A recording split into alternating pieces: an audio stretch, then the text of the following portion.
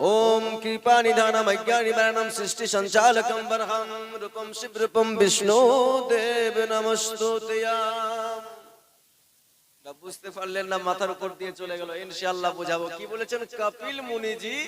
তার কপিল পুরাণে বলতেছেন, পুরাণ আছে না বাবাজিরা, অনেক রকমের ব্যাখ্যা রয়েছে, তার মধ্যে একটা হলো কপিল মুনিজি তিনি তিনার বইয়ের মধ্যে বলেন, ওম কৃপা নিধানম অজ্ঞানিবারণম সৃষ্টি संचालकम वरहम रूपम शिवरूपम, বলে এ পুরে সংসারকে পালনে वाला, এক কথায় আল্লাহকে কেন্দ্র করে, নিজের মাবুদকে কেন্দ্র করে, নিজের স্রষ্টাকে কেন্দ্র করে বলেন, এ পুরে সংসারকে পালনে वाला, ও জগতের মালিক, ও বিশ্ব ব্রহ্মাণ্ডের মালিক, ও আওয়ার ক্রিয়েটর, ও আমাদের স্রষ্টা, আপনি শুনুন শুনুন, আপনি এই দুনিয়াতে নিজের নাইব মনে করে আমাদের রাস্তা দেখানোর জন্য, আমাদের পথ প্রদর্শক হিসাবে এমন একজন মহা ব্যক্তিকে, এমন একজন মহামানবকে আপনি আমাদেরকে দিয়েছেন, হযরত মুহাম্মদ সাল্লাল্লাহু আলাইহি ওয়াসাল্লামকে দিয়েছেন। ওই মানবকে পেয়ে আমরা বড় ধন্য হয়েছি, তার জন্য আপনার প্রশংসা করে আপনাকে ভক্তি জানাই। কে বলছে? কপিল মুনিজি। তিনার কপিল পুরাণে বলতেছেন, এই পুরে সংসার কে পালনে वाला, এ রব, হে স্রষ্টা, আপনি যে আমাদেরকে নিজের নায়েব বানিয়ে আমাদেরকে সুপথে পরিচালিত করার জন্য একজন অন্তিম মহারিষি, সর্বশ্রেষ্ঠ মানব জাতিকে দিয়েছেন, তার জন্য আমরা আপনার শুকরিয়া আদায় করতেছি, আপনাকে ভক্তি জানাচ্ছি। তারা তাদের ভাষায় বলতেছেন বাবা। তাহলে আমরা ওই নবীকে পেয়ে, যেই নবীকে আল্লাহ সম্মান দিয়েছে, যেই নবী সম্পর্কে আল্লাহ বলেছে ওয়া তুআজ্জিরুহু ওয়া তুআক্কিরুহু লিতুমিনু বিল্লাহ, ইজ্জত করো মেরে নবী কি, তাজিম করো মেরে নবী কি, তোমরা বিশ্ব নবীকে সম্মান করো, ইজ্জত করো।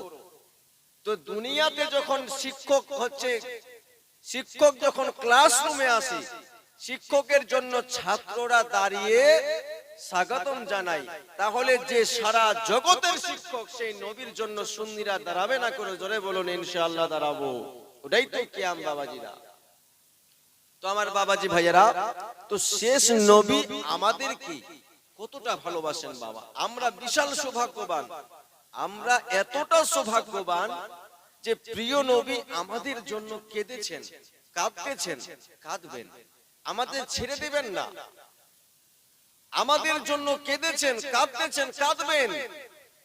যখন প্রিয় নবীর কাছে আসলো জিবরাইল, যে হুজুর আপনাকে আল্লাহ ডেকেছে, তার মানে আপনার হায়াত শেষ, আপনাকে আল্লাহ ডেকেছে।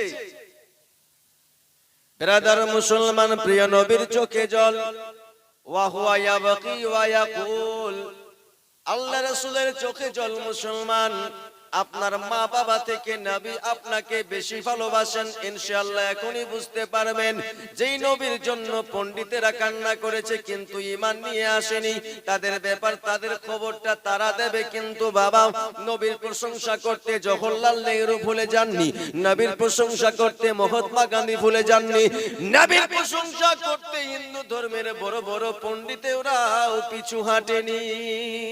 কেন? কারণ তিনি হলেন পথ প্রদর্শক, তিনি হলেন মহাগুরু, তিনি হলেন জগৎ গুরু। যখন জিবরাইল এসে বলেন, ইয়া রাসূলুল্লাহ, আল্লাহ ডেকেছে, নবী আমার কাঁদেন। জিবরাইল বলে, হুজুর ডোন্ট ওয়ারি, চিন্তা করিয়েন না, আপনি কি আরো থাকতে চান? সমস্যা নাই, আল্লাহ হায়াত বাড়িয়ে দেবেন।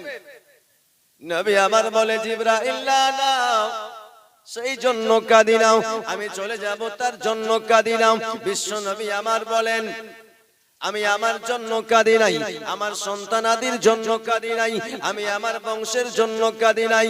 ও জিবরাইল, তুমি শোনো শোনো, আমি তো কাঁদি। ফামান লিবাদি উম্মতি, ফামান লিবাদি উম্মতি। নবী আমার বলেন, আমার পরে আমি তো চলে যাব, আমার পরে আমার উম্মত উম্মতিকে কে দেখবে? ধরে বলুন বাবা সুবহানাল্লাহ। যেই নবী কাঁদে মুসলমান, যেই নবী কেঁদেছেন, যেই নবী কাঁদতেছেন, যেই নবী কাঁদবেন, ওই নবীর শানে যখন জিবরাইল কয় হুজুর আপনাকে ডেকেছি, নবী আমার সন্তানের জন্য নয়, হাসান ও হুসেনের জন্য নয়, নবী একটাই কথা বলে ফামান লিবাদি উম্মতি। হুজুর হে জিবরাইল, আমি যাওয়ার পরে উম্মত উম্মতির খবর কে নেবে? উম্মত উম্মতিকে কে দেখবে? আল্লাহর কাছে ফরিয়াদ করি, ওগো আল্লাহ আপনার হাবিব মওতের জন্য কাঁদে নাও। হাবিব বলে ফামান লিবাদি উম্মতি, বলে আল্লাহ আপনার নবী আপনার কাছে আসবে হায়াত শেষ, এজন্য কাঁদে না, নিজের সন্তানের জন্য কাঁদে না। কার জন্য? বলে উনার গুনহেগার উম্মত উম্মতির জন্য। বলে ফামান লিবাদি উম্মতি, আফটার মি, আমার পরে আমার উম্মত উম্মতির খেয়াল কে রাখবে? এজন্য কাঁদি, তাদের অবস্থা কি হবে? আল্লাহ বলে জিবরাইল যা যাও, খবরটা দিয়ে দে, সুসংবাদ দিয়ে দেই, ওয়ালা সাউফা ইউতিকা রাব্বুকা ফাতারদা। আল্লাহ ওয়াদা করেছে, আল্লাহ বলেছে ও হাবিব তুমি শোনো শোনো, যতক্ষণ পর্যন্ত আপনি খুশি না হবেন আল্লাহ ততক্ষণ পর্যন্ত আপনাকে রাজি করাতেই থাকবেন। কোনো চিন্তা নাই, কোনো চিন্তা নাই। ও মুসলমান, কবরে চলে গেলেন তো কি আমাদের ভুলে গেছেন? না না মুসলমান, আবার যখন রোজ হাসরের ময়দানে সমস্ত মানুষকে তোলা হবে, ও বাবাজিরা নবীকে ভালোবাসা ইমানের অঙ্গ কেন বলা হয়েছে বাবা? নবী কতটা আপনাকে স্মরণ রেখেছেন, আল্লাহ কেন নবীর ভালোবাসা কি ইমানের অঙ্গ বলেছেন, কেন বুখারী শরীফের মধ্যে বলা হলো লা ইউমিনু আহাদুকুম হাত্তা আকুনা আহাব্বা ইলাই মিন ওয়ালিদিহি ওয়া ওয়ালাদিহি ওয়ান নাস আজমাইন। বেরাদার আপনারা তো আরবি বুঝতে পারবেন না, বুঝেন কি আরবি? বেরাদার হিন্দি বুঝেন তো হিন্দি, আবার ইংলিশ বুঝেন তো অবশ্যই বুঝেন বাবা, কিন্তু আরবিটা বুঝি না, এটা কমজোরি বাবা। এখনকার যা অবস্থা বাবা যে ভাইরা দেখেন, জালসা শুধু সুর ধরে বলে গেলাম, শুনে গেলেন, মজা লাগলো, এটা করে লাভ নাই বাপ। এখান থেকে মাইন্ডে কিছু ইনস্টল করতে হবে। আসার শুরুতেই আগে দরুদ পড়ে মাইন্ডটাকে ইনস্টল করতে হবে, তাহলে কি হবে যে আগে যেগুলো রয়েছে ভাইরাস ওগুলো দূর হবে। বসার পরে নিয়ত করে বসবেন যে আল্লাহ যেন এখান থেকে কিছু সেভ করে তারপরে এখান থেকে যাই। জোরে বলুন ইনশাআল্লাহ।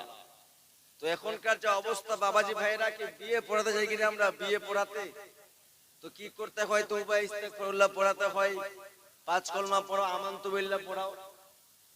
তো আলেম যখন বিয়ে পড়াচ্ছেন তো কি বলছে? তখন তো আলেম সাহেব বলেছে যে পড়ো আস্তাগফিরুল্লাহ রাব্বি মিন কুল্লি যামবি ওয়া আতুবু ইলাই। বলে মৌলভী সাহেব কি বললেন, একেবারে রাজধানী এক্সপ্রেসের মতো, এ তো বুঝতেই পারেনি, আস্তে করে বলেন, ভেঙে ভেঙে বলেন, বলে সন্ধি বিচ্ছেদ করে বলেন, বলে আস্তাগফিরুল্লাহ, বলে আরো ছোট করে বলেন। তো বাবা যুবকের কি হয়েছে, কি বয়স হয়ে গেছে, বিয়ের বয়স, কলেমাটা শিখেনি। ও যুবক ভাইয়েরা, সোনামানিকেরা, পায়ে হাত রাখি, রাগের বিষয় নয়, সমাজকে আমাদের পরিবর্তন করতে হবে বাবা।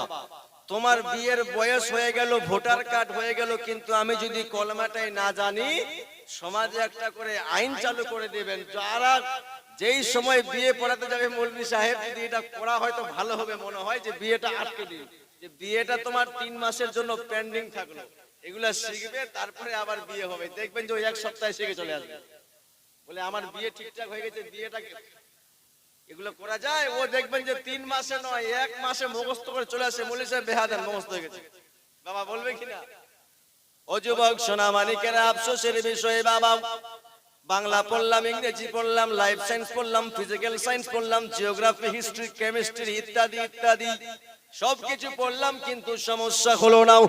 একবার যদি বাবাজিরা এই কথাটা মনে করতেন, তিনি শিক্ষাটা আমার সন্তানকে একটা মৌলভীকে দিয়ে প্রাইভেট দিতেন, যেমন লাইফ সায়েন্সের জন্য আলাদা টিচার দিয়েছেন, ফিজিক্যাল সায়েন্সের জন্য আলাদা টিচার রেখেছেন, পার্সোনাল প্রাইভেট টিচার রেখেছেন বাবা। কিন্তু বাবাজি আপনার বাড়িতে যে কোরআনটা রয়েছে বাবা, ওই কোরআনটা শেখার জন্য আমি আমার সন্তানকে প্রাইভেট দিলাম না, শিক্ষায় শিক্ষিত করলাম না।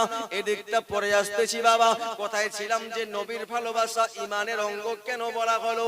হাদিসটা হলো এই মতো বাবা, বুখারী শরীফের হাদিস। শুনলেন মৌলভী সাহেব যে বলল যে কোরআন শরীফের পরে পরে যেই বইটাকে প্রাধান্য দেওয়া হয় সহিহ হাদিসের বই, তার নাম হলো বুখারী শরীফ। ওই হাদিস থেকে প্রমাণিত আজ যে কিছু ওয়াহাবি দেহবন্দি লামা জাহাবি বলে সুন্নিরা নবীকে নিয়ে বেশি বেশি করে আমরা কেন নবীকে ভালোবাসি, তো আমরা ভালোবাসি এটা আমাদের জন্য নয়, আমাদের আলেম ওলামার কথার জন্য নয়, স্বয়ং বুখারী শরীফের হাদিস থেকে। জোরে বলুন সুবহানাল্লাহ। কি বলেছেন? লা ইউমিনু আহাদুকুম হাত্তা আকুনা হাব্বা ইলাই মিন ওয়ালিদিহি ওয়া ওয়ালাদিহি ওয়ান নাস আজমাইন। You cannot be a complete mu'min until you love the Prophet Muhammad sallallahu alaihi wasallam more than your parents, your property, your son, all the human being. কি বলে? লা ইউমিনু আহাদুকুম, তুমি পরিপূর্ণ পিওর মুমিন হতে পারবে না, ইমানদার হতে পারবে না। কখন? ততক্ষণ পর্যন্ত যতক্ষণ পর্যন্ত প্রিয় নবীকে তোমার সন্তান অপেক্ষা, তোমার মা বাবা থেকে, তোমার আত্মীয় স্বজন থেকে, তোমার ধন সম্পদ থেকে নবীকে বেশি ভালোবাসতে না পারবে, পাকাপোক্ত মুমিন হওয়া যাবে না। জোরে বলুন সুবহানাল্লাহ।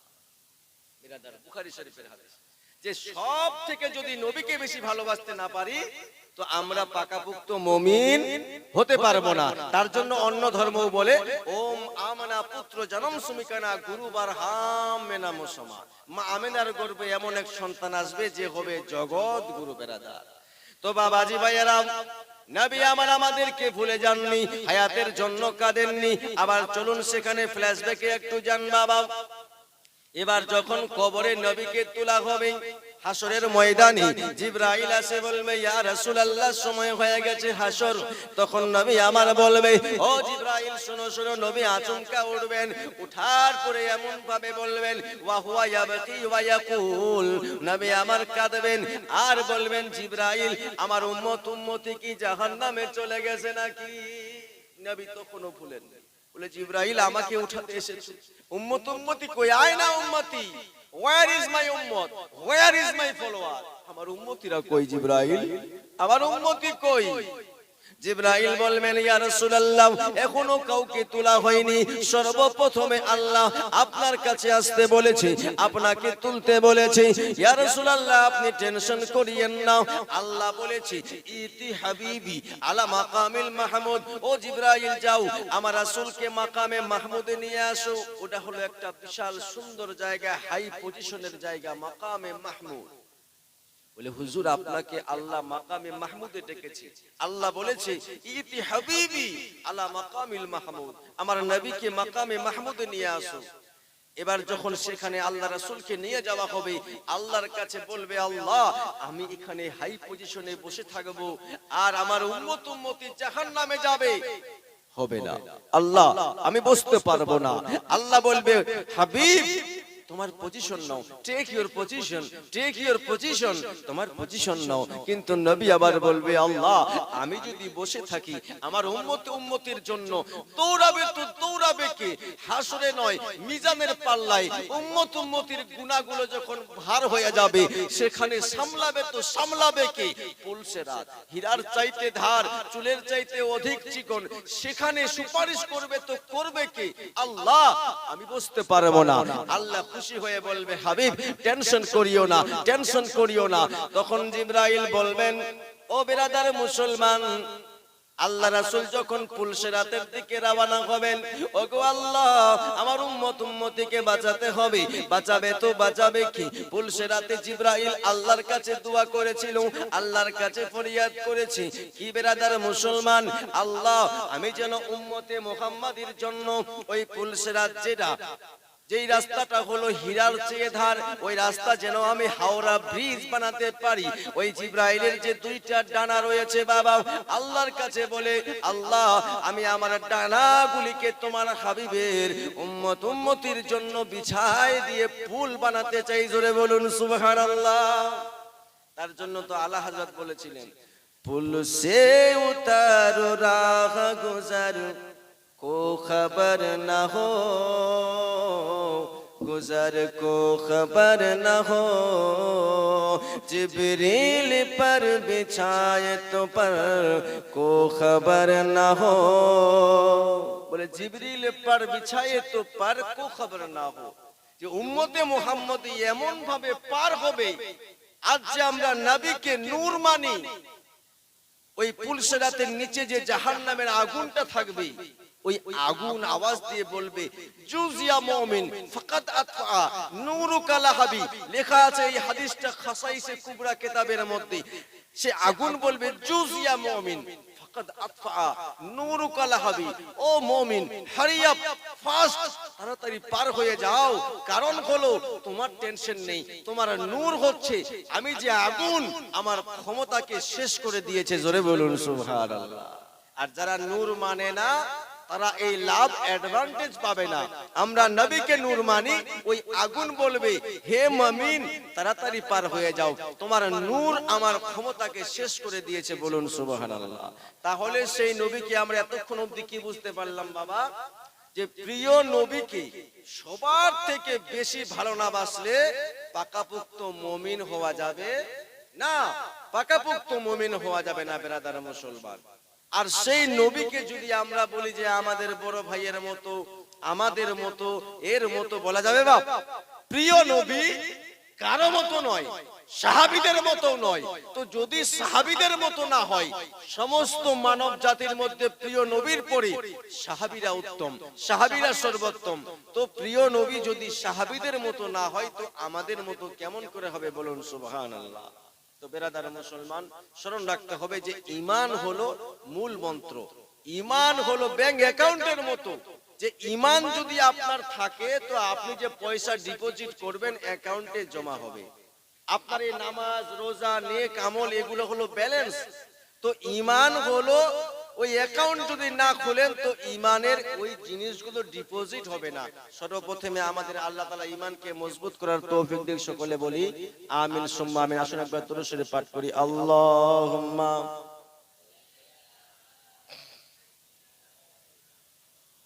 মাওলানা মুহাম্মদ ওয়ালা আলে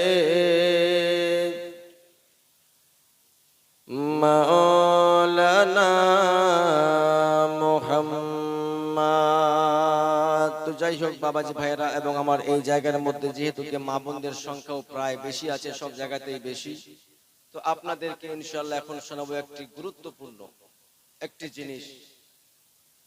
হে মা বোনেরা, তোমাদেরকে আল্লাহ রাসূল যেই সম্মান দিয়েছেন সারা পৃথিবীতে কেউ দিতে পারেনি এবং কিয়ামত পর্যন্ত পারবে না।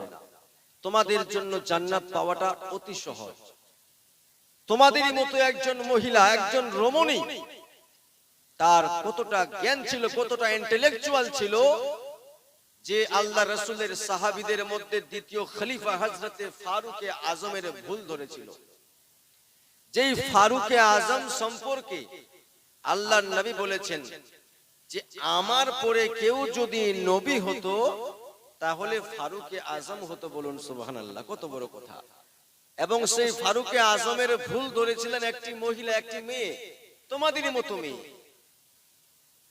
বিরাদার মুসলমান, ওই ফারুকে আজম রাদিয়াল্লাহু তাআলা আনহু বাবা সাহাবীদের মধ্যে দ্বিতীয় খলিফা। তিনি এমন সাহাবী ছিলেন, আল্লাহ রাসূল তাকে এমন লিডার বানিয়েছিলেন, এমন নেতা, এমন মেম্বার, এমন প্রেসিডেন্ট বানিয়েছিলেন বাবা। হযরতে ফারুকে আজম রাত্রিবেলা মানুষের বাড়ি বাড়ি যেতেন আর আড়াল থেকে দেখতেন আমার বাসিন্দারা, আমার রাজ্যের মানুষেরা কে কি অবস্থায় রয়েছে এই মতো খোঁজ খবর নিতেন বাবা। একদিন হঠাৎ করে ফারুকে আজম রাদিয়াল্লাহু তাআলা আনহু রাত্রিবেলা রাস্তা দিয়ে চলে যাচ্ছেন, একটা তাবু দেখতে পায়, তাবু একটা কুড়ে ঘরের মতো তাবু দেখতে পায়। ওই তাবুতে একটি লাইট জ্বলে, নিশি রাত্রিবেলা লাইট জ্বলে। হযরতে ফারুকে আজম রাদিয়াল্লাহু তাআলা আনহু এক পা দুপা করে কাছে যান, এক পা দুপা করে কাছে যান। আবার যখন একটু কাছাকাছি চলে গেলেন বাবা, হযরতে ফারুকে আজমের কানে একটি আওয়াজ ভেসে আসে, একটি মহিলার আওয়াজ। ওই মহিলা যেন বেরাদার মুসলমান একটি অশ্লীল গান বলছে, বিরহের গান। আর যদি অতি সহজ করে বলি বাবা, যেটাকে আজকে বলা হয় যে সমস্ত যুবকেরা ধোঁকা খায়, যারা প্রেম করে ব্রেকআপ হয়, তারা যেমন গান বলে, কেউ বলে বেঈমান পিয়া আর কেউ বলে ধোঁকা খাওয়া গান। ওই মহিলাটা যখন এই মতো ওই বিরহের গান বলতেছে যেন কেউ তাকে ছেড়ে চলে গেছে। হযরতে ফারুকে আজম সর্বপ্রথমে রেগে গেলেন। বাবা বলে, আমার রাজ্যে, যেই রাজ্যে কোরআন শাসিত রাজ্য, যেই রাজ্যে মানুষ গুনাহ করতে ভয় পায়, এই রাজ্যে কোরআনের একটি আইনকে অমান্য করে এই রাত্রিবেলা কে বিরহের গান বলে? ফারুক আজম রেগে যাওয়ার পরে, কাছাকাছি যাওয়ার পরে দেখতে পায় দরজা বন্ধ রয়েছে। বাবা দরজা বন্ধ রয়েছে। ফারুক আজম পিছন দিক থেকে আরেকটা দরজা ছিল, ওই দরজাকে ধাক্কা মেরে ভেঙে দিয়ে বাবা যখন ভিতরে প্রবেশ করলেন, ভিতরে প্রবেশ করার পরে দেখতে পাই একটি মহিলা যেন গুনগুন করে গান গাইতেছে, বিরহের গান গাইতেছে। এবার যখন মহিলাটা জানতে পারলো কে যেন দরওয়াজায় এসেছে, ফারুক আজম বলে, এই রমণী শোন শোন, তোর এত বড় সাহস, তুই আমার রাজ্যে, কোরআন শাসিত রাজ্যে তুমি এই রাত্রিবেলা কেন এই অশ্লীল গান বলতেছো, এই বিরহের গান বলতেছো? তোমার এত বড় স্পর্ধা তোমায় দিল তো দিল কে? হযরতে ফারুক আজম বলে, এই রাত্রিবেলা কোরআন তেলাওয়াত না করে, তুমি না ঘুমিয়ে, না তাহাজ্জুদ পড়তেছো, না কোনো নেক আমল করতেছো, তুমি এই রাত্রিবেলা এরকম অশ্লীল গান, বিরহের গান বলো কেন? তোমার এত বড় সাহস তোমায় দিল কে? আমি তোমাকে শাস্তি দেব, কারণ তুমি কোরআন শরীফের একটি আইনকে অমান্য করেছো। এই মতো যখন বলেছে ফারুক আজম রাদিয়াল্লাহু তাআলা আনহু, তখন সেই মেয়েটা বলতেছে, ব্রাদার, মেয়েটা কত ইন্টেলেকচুয়াল ছিল, মেয়েটা কত উচ্চ শিক্ষিতা ছিল। সায়েন্স বিজ্ঞানের কথা বলছি না, মেয়েটা হাদিস ও কোরআনের দিক থেকে কতটা ইন্টেলিজেন্ট ছিল, ইন্টেলেকচুয়াল ছিল, কতটা নলেজেবল ছিল, এখনই বুঝতে পারবেন বাবা। তখন বলতেছে মেয়েটা, বলে, আমাকে ক্ষমা করে দিন, আমার দ্বারাতে ভুল হয়ে গেছে, আমি কোরআন শরীফের একটি আয়াতকে লঙ্ঘন করে আমি গান বলেছি, আমার অন্যায় হয়ে গেছে, আমি আল্লাহর কাছে তওবা করতেছি। কিন্তু ও আল্লাহর বান্দা, ও আল্লাহর বান্দা, শোনো শোনো, তুমি কে আমি তোমায় জানি না, কিন্তু আমি গান বলে কোরআন শরীফের একটি আয়াতকে উল্লঙ্ঘন করেছি, একটি আইনকে অমান্য করেছি। ও যুবক শোনো শোনো, কিন্তু তুমি আমার ঘরে প্রবেশ করে এই মাত্র তুমি কোরআন শরীফের 3 থেকে 4টা আইনকে অমান্য করেছো। জোরে বলুন সুবহানাল্লাহ। ওই মেয়েটা বলতেছে, আমার তো ভুল হয়ে গেছে, আমাকে ক্ষমা করে দাও, আমাকে ক্ষমা করে দাও, আমি একটা কোরআন শরীফের আইনকে লঙ্ঘন করেছি, অমান্য করেছি, ভুল করেছি, আমার ভুল হয়ে গেছে, আমি তওবা করতেছি। কিন্তু ও যুবক, হে আল্লাহর বান্দা, তুমি তো এই মাত্র এখন অবধি কোরআন শরীফের 3 থেকে 4টা আইনকে লঙ্ঘন করেছো। বেরাদার, কাকে বলতেছেন? যেই সাহাবী সম্পর্কে আল্লাহ রাসূল স্টেটমেন্ট দিচ্ছেন যে আমার পরে কেউ যদি নবী হতো, সম্ভব হতো আরো নবী হওয়া, ফারুক আজম হতেন।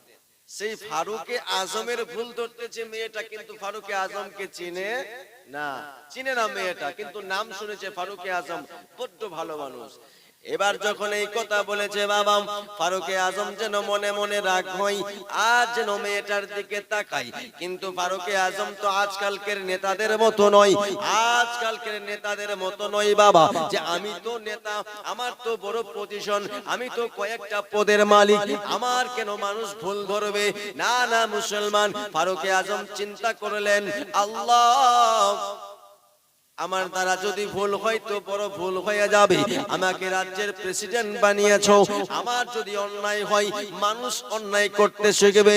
এবার সেই মেয়েটার দিকে তাকিয়ে ফারুক আজম বলে, ও বোন আমার, ও আল্লাহর বান্দি, ও রমণী, শোনো শোনো, আজ তোমায় বলতে হবে আমি কি ভুল করেছি, আমার ভুলগুলো তোমাকে প্রমাণ করতে হবে। বলে, তুমি, তোমার এত বড় সাহস, তুমি বলো আমি কোরআনের 3টা আইনকে অমান্য করেছি?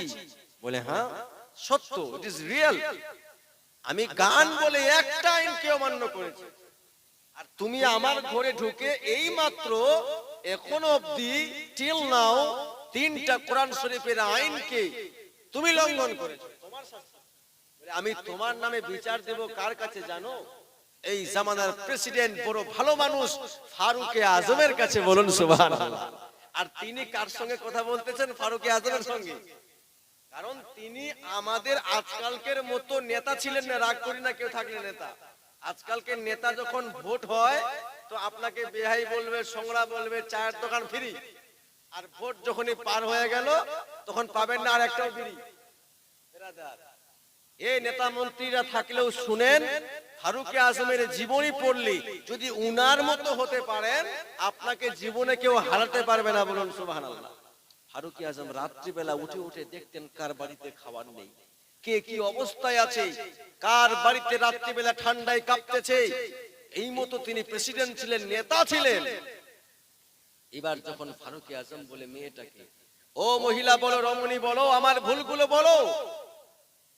বলে, ও যুবক শোনো শোনো, আল্লাহর কোরআন, আল্লাহ কোরআন শরীফে 2 নাম্বার সূরা, সূরা বাকারা, ওই 2 নাম্বার সূরার মধ্যে আল্লাহ তাআলা বিধান দিয়েছে, আল্লাহ বিধান দিয়েছে, যখন তুমি কোনো অন্যের বাড়িতে যাবা, যখন তুমি কোনো তোমার বাড়ি ছাড়া অন্যের বাড়িতে প্রবেশ করবা, তুমি তাদের যে হচ্ছে ডাইরেক্ট যেটা দরওয়াজা, সিধা সামনের দরজা দিয়ে প্রবেশ করবা। কিন্তু তুমি তো আমার বাড়ির সামনের দরজা দিয়ে আসো নাই, তুমি তো আমার বাড়ির পিছন দরজা দিয়ে দরজা ভেঙে আমার বাড়িতে প্রবেশ করেছো। তুমি কি আমার বাড়ির সামনের দরজা দিয়ে এসেছো? যখন দেখলা দরজা বন্ধ, তোমাকে সাহস দিল কে দরজা ভেঙে প্রবেশ করার? তো আল্লাহ বলেছে কোরআন শরীফের 2 নাম্বার সূরাতে, তোমরা কোন মানুষের বাড়িতে গেলে সামনের দরজা দিয়ে এন্ট্রি করবা। এটা একটা ভুল করেছো কিনা? বলে হ্যাঁ। ফারুক আজম কিন্তু তিনি হাসতেছেন মনে মনে যে, আল্লাহ, আমার রাজ্যের একজন মহিলাকে তুমি এতটা জ্ঞান দান করেছো যে কোরআন থেকে আমার ভুল বের করে দে। জোরে বলুন সুবহানাল্লাহ। কিন্তু বাবাজি, ভাইয়েরা, বন্ধুগণেরা, ফারুক আজম বলে, রমণী, আমার দ্বিতীয় ভুলটা কি? দ্বিতীয় ভুলটা বলো। বলে, ও আল্লাহর বান্দা শোনো শোনো, তোমার দ্বিতীয় ভুলটা হলো সূরা নূর।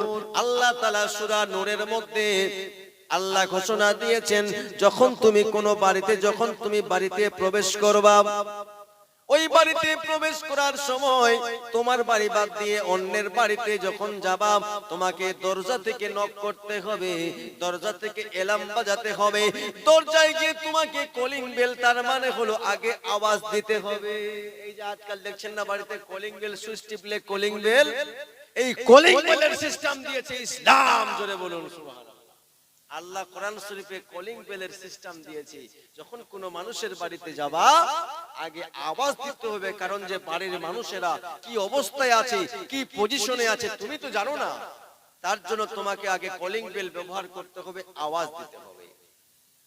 ওই মহিলাটা বলে, আল্লাহ তাআলা বলেছে, যখন কোনো অপর মানুষের বাড়িতে যাবা, দরজা থেকে আওয়াজ দিতে হবে, সালাম দিতে হবে, তারপর তুমি তাদের বাড়িতে প্রবেশ করবা। আর যদি ওই মানুষের বাড়ি থেকে আওয়াজ না আসে, তোমাকে সেখান থেকে ফেরত হয়ে বাড়িতে পৌঁছাতে হবে। বলে, তুমি এই মতো কোরআনের আইন, 3টা আইনকে উল্লঙ্ঘন করেছো। আর বলে, তারপরে এবার ফারুক আজম মনে মনে বড্ড খুশি, বাবা, আমার রাজ্যের একটা মহিলা, আল্লাহ তাকে এতটা ইন্টেলেকচুয়াল বানিয়েছে, আল্লাহ এতটা জ্ঞানী বানিয়েছে। ও মা বোনেরা, শুন শুন মা, আপনার বাড়িতে যে কোরআনটা পড়ে আছে মা, হয়তো তাকে সম্মানের সহিত রেখেছো, কিন্তু পড়ার কিন্তু সময় হয় না, পড়লেও বুঝতে পারি না। ও মা বোনেরা, শোনো শোনো মা, তোমাদের মতো মহিলাদের গর্ভ থেকে মা কত বড় বড় হাফিজে কোরআনের জন্ম হয়েছে, খাজা মঈনুদ্দিন চিশতির জন্ম হয়েছে, কিন্তু আজ সমাজ কি এমন হয়ে গেল, কি এমন হয়ে গেল, আজ আমাদের সন্তান, আজ আমাদের মা বোনদের গর্ভ থেকে মা নেক সন্তান কেন হয় না? আপনার সন্তান কেন আপনাকেই দেখতে পারে না? বিয়ে শাদী হয়ে গেলে কেন আপনাদেরকে ভুলে যায়? এর শিক্ষা সম্বন্ধে ইসলাম কি বলে আজ শোনাবো ইনশাআল্লাহ। কিন্তু তার পূর্বে যে ফারুক আজম যখন মেয়েটার কথা শুনে ফারুক আজম অবাক হয়ে যায়, আমার রাজ্যের এই মহিলা এই মতো জ্ঞান। এবার ফারুক আজমের মনে মনে মনে একটা প্রশ্ন জাগলো যে এর মধ্যে হাদিস ও কোরআনের শিক্ষা এতটা, কিন্তু এই মেয়েটা রাত্রিবেলা গান বলে কেন? অশ্লীল গান কেন? বিরহের গান বলে কে কে ধোঁকা দিয়েছে, কে কে ছেড়ে চলে গেছে? এই মতো গান কেন বলে? তখন ফারুক আজম জিজ্ঞাসা করলেন, বোন আমি জানতে চাই একটা কথা, লাস্ট কোয়েশ্চেন, একটা উত্তর দিবা? বলে হ্যাঁ বলেন, জিজ্ঞাসা করেন। তোমার মধ্যে কোরআন হাদিসের এতটা জ্ঞান থাকা সত্ত্বেও তুমি রাত্রিবেলা গান বলো কেন? এই বিরহের গান বলো কেন? তোমার কি প্রবলেম, সমস্যা? তখন মহিলাটা বলে, শুনবেন তাহলে শোনাই, শোনেন। আমার যেদিন বিয়ে হয়, আমার বিয়ের প্রথম দিনে, আমার বিয়ের প্রথম রাত্রিতে, আল্লাহু আকবার কাবীরা, সন্ধ্যার সময়ে প্রথম রাত্রিতে যখন আমার বিয়ে হয়, যেদিন বিয়ে হয়, আমার বিয়ের প্রথম রাত্রিতে এই জামানার প্রেসিডেন্ট হযরতে ফারুক আজম, উনি বড্ড ভালো মানুষ, আমি ওনাকে ভুল বলতে পারি না, পারবো না, কিন্তু এই জামানার প্রেসিডেন্ট একটা চিঠি পাঠিয়েছিল। ওই চিঠির মধ্যে লেখা ছিল, আমাদের যেদিন বিদায় হয়, আমাদের ফার্স্ট নাইট, প্রথম রাত্রি, এক কথায় হানিমুন রাত্রি বলতে পারেন বাবা, ওই রাত্রিতে ফারুক আজম একটা চিঠি পাঠিয়েছিল আর বলেছিল, ও সাদ, ও সাদ, শোনো শোনো, ওর স্বামীর নাম হলো সাদ, ওর স্বামীকে চিঠি পাঠালো, তোমাকে একটা টিমের লিডার করে, একটা কমান্ডোর লিডার করে, তোমাকে একটা সেনাবাহিনীর সেনাপতিত্ব দিয়ে তোমাকে পাঠাইবো, তোমার হাতে সময় নাই, তুমি চট করে চলে আসো। এবার যখন সেই যুবক, সেই সাহাবী যখন ফারুক আজমের চিঠি দেখতে পেয়েছে, ও তার বিয়ে শাদীর কথা ভুলে গেছে। সর্বপ্রথমে বলে, স্ত্রী জান আমায় ক্ষমা করে দিও, আমাকে ডেকেছে ফারুক আজম। তার স্ত্রী হাত ধরে কাঁদি, সকালটা হলে চলে যাও, সকালটা হলে চলে যায়েন। ওই মানুষটা বলে, সাদ বলে, তুমি জানো না, জানো না, আল্লাহর নবী আমাদেরকে ইনাদের যা আদেশ করবেন তা মানতে বলেছে, ইমানের অঙ্গ। আমাকে একটা টিমের সেনাপতিত্ব দিয়ে আমাকে যুদ্ধে পাঠাবে, আমাকে জঙ্গের মধ্যে পাঠাবে, আমাকে এক্ষুনি যেতে হবে। ও পুরুষ শোনো শোনো, ও আল্লাহর বান্দা শোনো শোনো, শুনতে চাও গান বলে কেন? আমাকে বলেছিল আমি 2-4 দিনের মধ্যে ফিরে আসব, তুমি টেনশন করিও না। আমার স্ত্রী জান, আমি কয়েকদিনের মধ্যে ব্যাক হয়ে যাব, কিন্তু ও যুবক শোনো শোনো, আজ পর্যন্ত কয়েক মাস কেটে গেল, 1 বছর হওয়া হওয়া ভাব, কিন্তু আমার স্বামী জান এখনো পর্যন্ত বাড়ি আসে না। ফারুক আজম একটা টিমের সেনাপতিত্ব দিয়ে যখন পাঠিয়েছিলেন, সেখান থেকে আরেক যুদ্ধে পাঠিয়ে দিয়েছেন, অন্য জায়গার ক্যাপ্টেন করে অন্য জায়গার দায়িত্ব দিয়ে পাঠিয়েছেন, মন্ত্রিত্ব দিয়ে পাঠিয়েছেন। তখন সেই মেয়েটা বলে, আমি 1 মাস দেখেছি, 2 মাস দেখেছি, 6 মাস পার হয়ে গেল, 1 বছর হওয়া হওয়া ভাব, আমার মন বড় কাঁদে, তার জন্য আমি বিরহের গান বলি, আল্লাহর কাছে তওবা করেছি, আর জীবনে বলবো না। এই কথা শোনা মাত্র বাবা ফারুক আজম রাদিয়াল্লাহু তাআলা আনহু ওখান থেকে সঙ্গে সঙ্গে এমন দৌড়াতে লেগেছেন, এমন ছুটতে লেগেছেন বাবা, দৌড়াতে দৌড়াতে বাড়িতে এসে যেন শান্তি পায় না, আল্লাহর কাছে কাঁদে, শান্তি পায় না।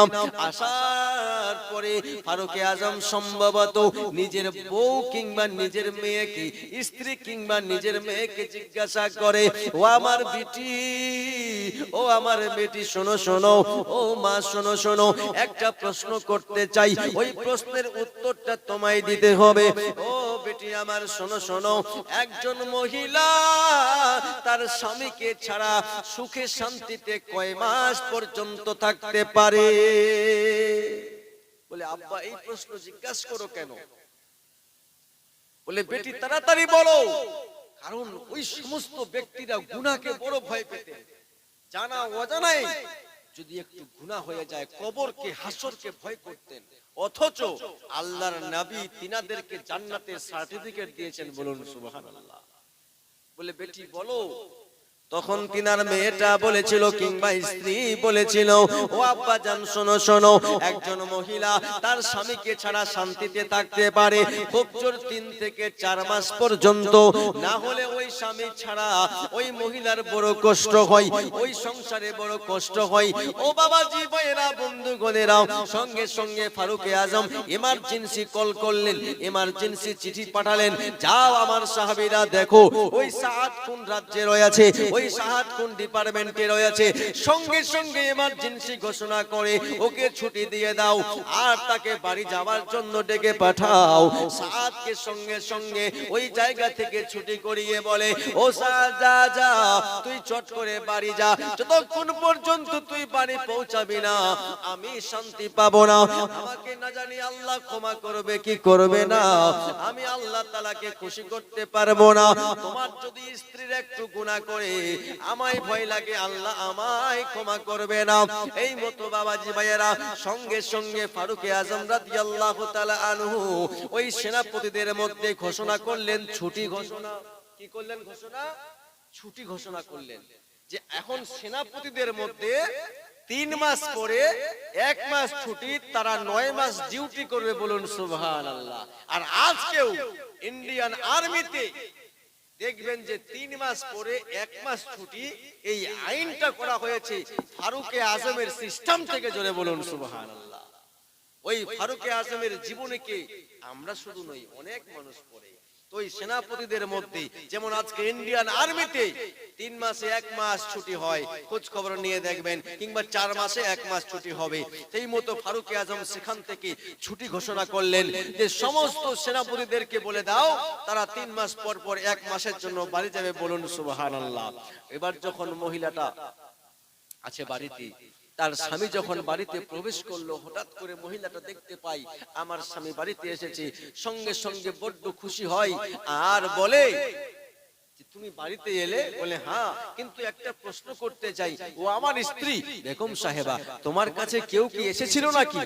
বলে হ্যাঁ, একটা পুরুষ এসেছিল, সে 3টা ভুল করেছে, কোরআনের আইনকে উল্লঙ্ঘন করেছে, আমি তার নামে বিচার দেব। বলে কার কাছে বিচার দেবে?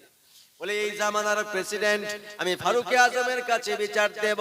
তখন তার স্বামীটা মুচকি মারে হাসি আর বলে, তুমি ফারুক আজমকে কোনোদিন দেখেছো নাকি? বলে না না, দেখি নাই।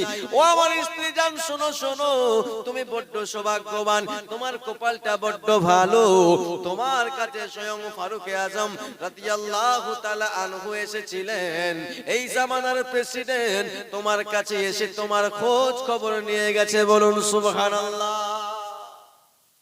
তুমি যার নামে কেস করবে, যার কাছে কেস করবে, ওই সুপ্রিম কোর্টের জজ হলো ফারুক আজম, আর সেই জজ তোমার কাছে এসেছিল, বলুন সুবহানাল্লাহ। বিরাদার মুসলমান, আমাদেরকে সাহাবীদের জীবন কাহিনী থেকে আমাদের শিখতে হবে। এখান থেকে আমরা বুঝতে পারলাম, যখন আপনি আপনার বাড়িতেও প্রবেশ করবেন তো সালাম দিয়ে আপনাকে আপনার বাড়িতে প্রবেশ করতে হবে।